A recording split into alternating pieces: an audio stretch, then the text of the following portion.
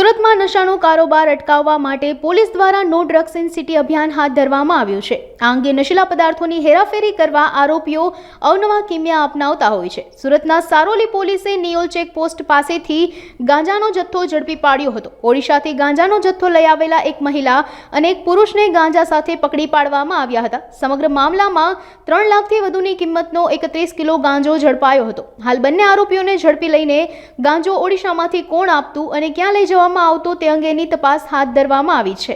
સુરત શહેરમાં no drugs in Surat city એના અભિયાન અંતર્ગત સુરત શહેર police commissioner Shri Anupamsinh Gehlot sir, special commissioner Shri Wabang Jamir sir તેમજ ડીસીપી જોન વન સરની માર્ગદર્શન અને સૂચના હેઠળ સુરત શહેરમાં સારોલી પોલીસ સ્ટેશનના પોલીસ ઇન્સ્પેક્ટર દ્વારા NDPS એટલે કે માદક પદાર્થ ગાંજાની મોટો જથ્થો શોધી કાઢવામાં આવ્યો છે અને NDPS એક્ટ હેઠળ સારોલી પોલીસ સ્ટેશનમાં ગુનો નોંધી 2 આરોપીઓની ધરપકડ કરવામાં આવેલી છે।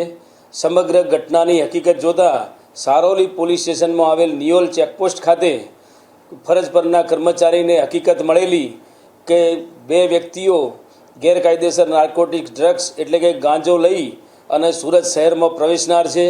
આ બાતમી હકીકત આધારે સારોલી પોલીસ ઇન્સ્પેક્ટર શ્રી દેસાઈ અને તેમની ટીમે NDPSની જોગવાઈઓ હેઠળ આ ગુનાના કામે 2 આરોપીઓને સ્થળ ઉપરથી ગાંજાના 2 થેલા સાથે ઝડપી પાડેલા અને કુલ 31 કિલો 40 ગ્રામ ગાંજાનો જથ્થો હસ્તગત કરેલ છે અને જે ગાંજાની કિંમત જોતાં 3,10,400 રૂપિયાની મત્તાનો ગાંજાનો સીઝ કરવામાં આવેલો છે।